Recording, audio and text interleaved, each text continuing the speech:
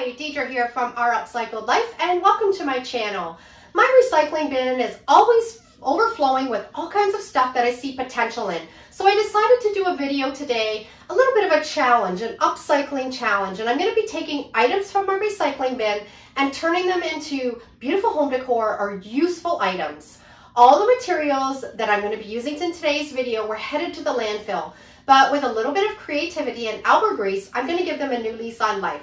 Going to be a fun, budget-friendly challenge, so join me as I transform trash into treasure and give these discarded items a second chance. We got lots of work. Let's get started.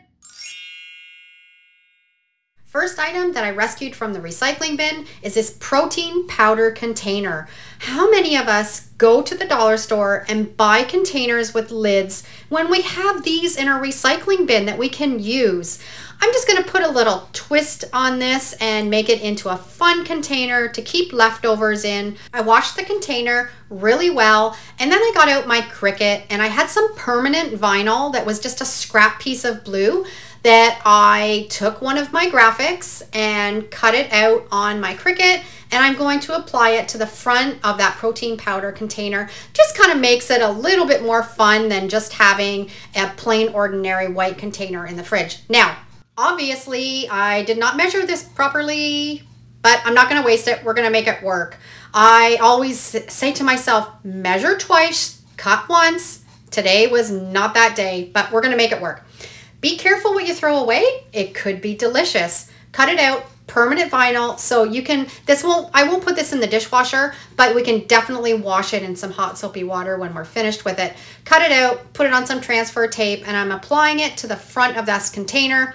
Even though I cut it and it was a bit too big, the lettering is going to fit on perfect.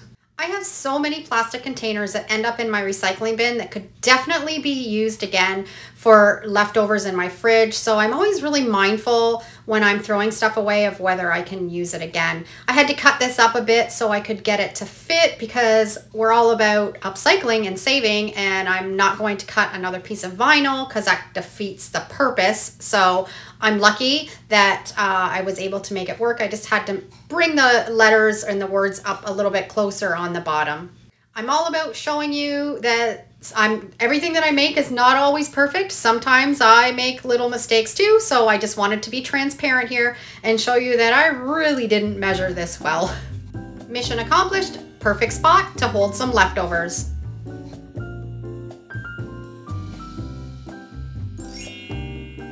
I just finished up this Maxwell House decaf coffee plastic container, and I'm going to show you what I love turning these into, and this is so simple. I just drilled a hole in the top that's going to be the same size as a straw, put the straw through, put your drink in, screw the lid back up. You got a perfect container for a nice tasty drink.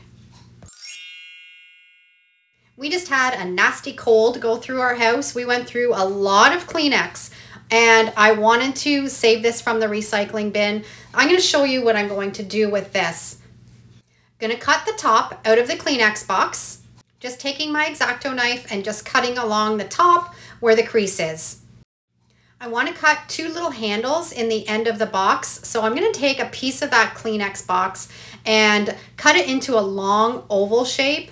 I've got a corner punch that makes perfect little rounded corners. I'll put the link for this little gadget down in the description because it's fantastic for all kinds of paper crafts.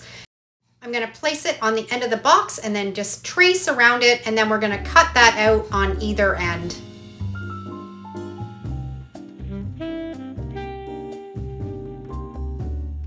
I have so many sheets of really beautiful scrapbooking paper, so I picked two sheets out that I loved, and we're going to cover the Kleenex box with the scrapbooking paper.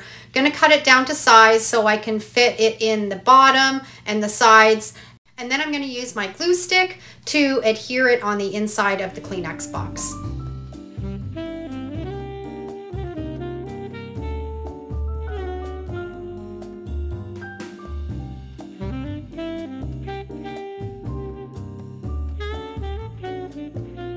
And once I have that done, I'm going to use another piece of scrapbooking paper and cover the outside of the Kleenex box. And just like magic, that's all finished. Now I know this seems like a really simple project, but It's going to turn into a really beautiful little storage box that I can keep in my craft room. I needed something to keep all my glues in one spot, and this is a perfect way to do that with embellishing a Kleenex box. I had this beautiful yellow ribbon. I'm just going to hot glue along the top. And just to make it even a little more pretty, I had this wooden cutout from the dollar store, and I printed off one of my graphics, Junk, Crap, and Bits and Pieces. This is available in my Etsy store if you want to grab this graphic and try one of these projects yourself. Using some of my Mod Podge mat, I'm just putting it on top of that wooden cutout, gonna center my graphic, and then let it dry. And then I'm gonna take some sandpaper and just sand around the edges, and it leaves a nice crisp, clean edge, and just hot glue it on the front of that Kleenex box.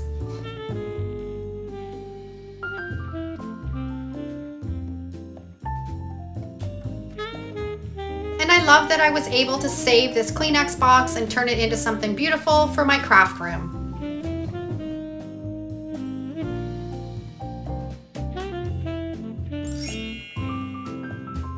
And I pulled out a glass jar. Glass jars are also perfect for leftovers in the fridge. You don't need to do anything with them, just save them. You can put soups and stews in them. You can see them when they're in the fridge and you're more apt to eat the leftovers. But I am going to tint this one. I'm gonna tint so it has like a tinted glass look. I'm using my Elmer's glue and some food coloring, just some gel food coloring. You can use liquid food coloring too, both will work fine. And this is just kind of an eyeball measurement. You want to mix enough so you know it's going to swirl around the whole inside of the glass jar. And just add enough food coloring until you get the desired color that you're looking for. Being mindful as it dries, it's going to lighten up a little bit. And now we're just going to swirl that glue and food coloring around the inside of this glass jar. If you're finding that it's not flowing very well, you can always incorporate a little bit of water into your glue before you do this process, and it'll help it move around the inside of the glass jar better. Now, this is not going to be waterproof. If you incorporate water into the inside of this jar, it's going to all peel away because it's just glue. So it's just going to be for decor only, but I am loving being able to turn these glass jars into amber looking bottles. I'm swirling it around and then just putting it upside down in a pan with some paper towel and letting all that glue mixture flow out. I had a little bit extra, so I had another little glass bottle. I don't want to waste it, so I'm going to swirl it around the inside of this little glass jar also. Once everything's completely covered, we're going to put it in our oven. Set it at 200 and put your glass jars on the cookie sheet or a baking dish with some tin foil in your oven. Turn it upside and down until it's completely dry. Every oven will be different until it's translucent. And I love this way of creating amber bottles. Now the little one, I didn't have quite enough glue and it went kind of streaky, but I love the way that it turned out.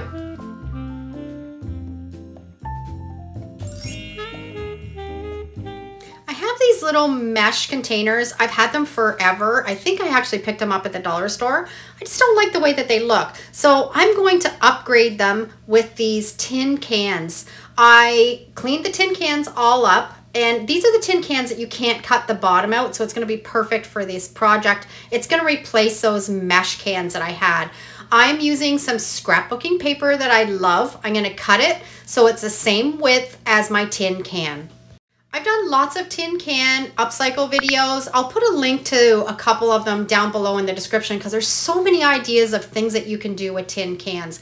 Now, scrapbooking paper, when you're decoupaging it, can be kind of difficult because it's thick. I'm going to show you a little trick to make it easier.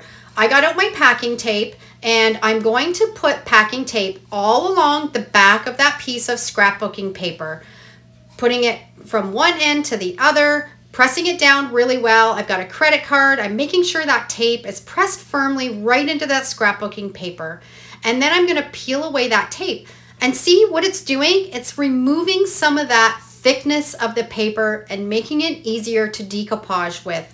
Be really careful, really slow, but this is so satisfying to pull that paper off, and by the time we're finished, it's going to be almost as thin as a napkin, perfect to decoupage with. Now it's ready to be applied onto the tin can. Using my Mod Podge mat, I'm going to apply some of that onto the tin can first and then place on my piece of scrapbooking paper. I like doing this in sections because you're gonna get not as many bubbles and wrinkles. I'm gonna apply it, push it down, apply it on the top, push it down until it's covered the tin can completely. Once I was finished with the 2 cans, I set them aside and let them dry completely until the next day. Now I want to drill a hole in the top so I can hang it onto my craft room pegboard. Making sure you're drilling your hole so the seam is at the same place where you drill your hole. And I think this is way prettier than those little mesh containers. So these are just a few things that I saved from my recycling bin and I was able to upcycle into something useful. I hope you enjoyed today's video. Let me know down in the comments, what was your favorite project? And if you love this video, I'm sure you'll love either of these next 2. Thanks for watching, have a great day, and we'll see you in the next video.